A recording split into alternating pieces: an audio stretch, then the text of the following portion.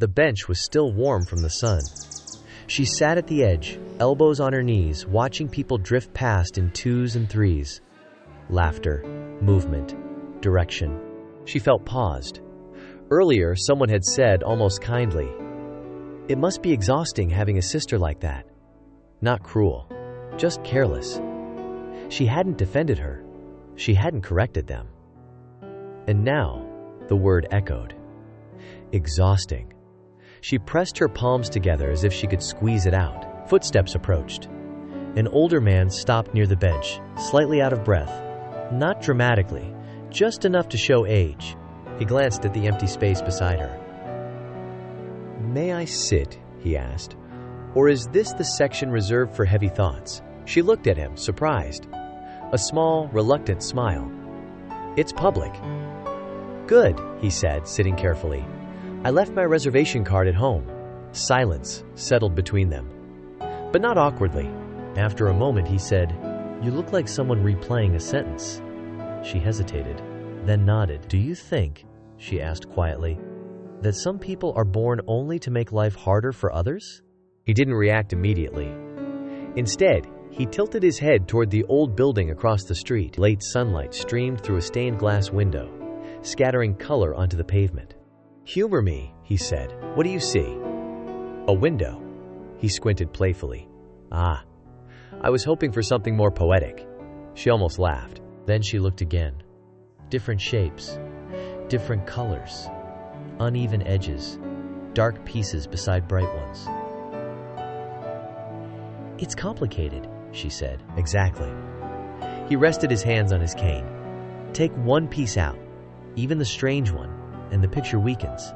You don't always notice what something is holding together until it's missing." She swallowed.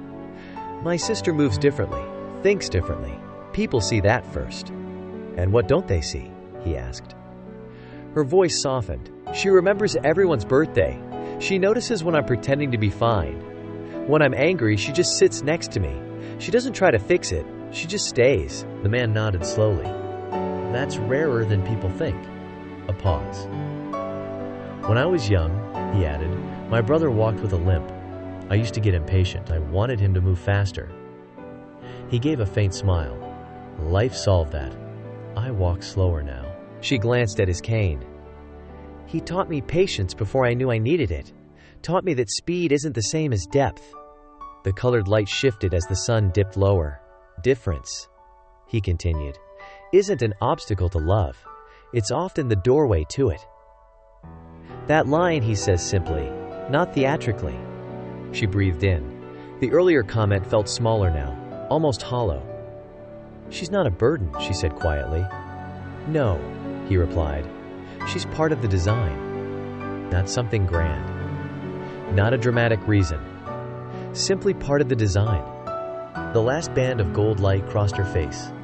This time, her smile didn't feel forced. She stood. "Thank you," she said. "For what?" he asked lightly. "For reminding me of something I already knew." He nodded. "Those are the best reminders." She walked a few steps away. The evening air felt softer. After a moment, she turned back. The bench was empty. No dramatic music, no wind surge, just the ordinary sound of traffic and distant conversation. She frowned slightly. Not frightened, just puzzled.